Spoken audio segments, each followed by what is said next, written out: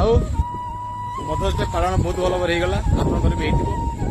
ଆଉ କିଛି ଫଟୋ ଜୀବନ୍ତ ଥିଲା ବେଳେ କିଛି ଫଟୋ ଷ୍ଟକ୍ ଥିଲା ମୋବାଇଲରେ, ସେ ଫଟୋ ବି ସେୟାର ହେଇଛି। ଆଜ୍ଞା ଫଟୋ କଣ କଥା କହିବ, ସତରେ କହିଲେ ମାତୃ ଦିବସ ଯଦି ପାଳନ କରିବାରେ ଠିକ ଅଛି, ଆମେ ମାଙ୍କ ସହିତ କିଛି ସମୟ ବିତେଇକିରି ସେ ଭିଡିଓଟା କରିବାନି। ମାଙ୍କ ସହିତ ଖୁସି ସେୟାର କରୁଥିବା, ମାଙ୍କର ମନର କଥା ସେ କହୁଥିବେ, ମାଙ୍କର ନିଜ ମନର ଭାବ ସେ ପ୍ରକାଶ କରୁଥିବେ।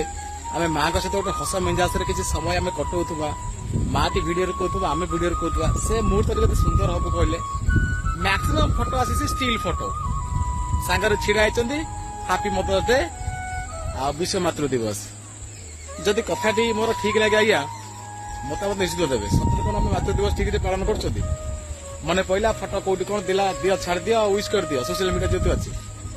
ତେଣୁ ଦୟାକରି ଯଦି ମାତୃ ଦିବସ ଠିକରେ ପାଳନ କରିବା ପାଇଁ ଚାହୁଁଛନ୍ତି, ସମସ୍ତେ ମାଙ୍କ ସହ ସମୟ ବିତାନ୍ତୁ, ମାଙ୍କ ସହିତ କିଛି ଖୁସି ସେୟାର କରନ୍ତୁ, ମାଙ୍କ ସହିତ ନିଜର ମନୋଭାବ ବା ପରିବାର ସହିତ ବସି କିଛି ଖୁସିର ମୁହୂର୍ତ୍ତକୁ ଯଦି ଭିଡିଓ ମଧ୍ୟ କଏଦ କରି ସେଇଟା ମଦର୍ସ ଡେ ଦିନ ଆପଣ ସେୟାର କରିପାରିଲେ, ମାତୃ ଦିବସ ଦିନ ଆପଣ ସେୟାର କରିପାରିଲେ, ତାହେଲେ ସେଇଟା ହିଁ ମାଙ୍କ ପାଇଁ ବା ଆପଣଙ୍କ ପାଇଁ ବା ଘର ପାଇଁ ଆଉ ସୋସିଆଲ ମିଡିଆ ପାଇଁ ସବୁଠୁ ସୁନ୍ଦର ମୁହୂର୍ତ୍ତ ହେବ। ତେଣୁ ମୁଁ ପୁଣି ଥରେ ସମସ୍ତ ମା ମାନଙ୍କୁ ଗତକାଲିର ମାତୃ ଦିବସ ଉପଲକ୍ଷେ ଶୁଭେଚ୍ଛା ଆଉ ଶୁଭକାମନା।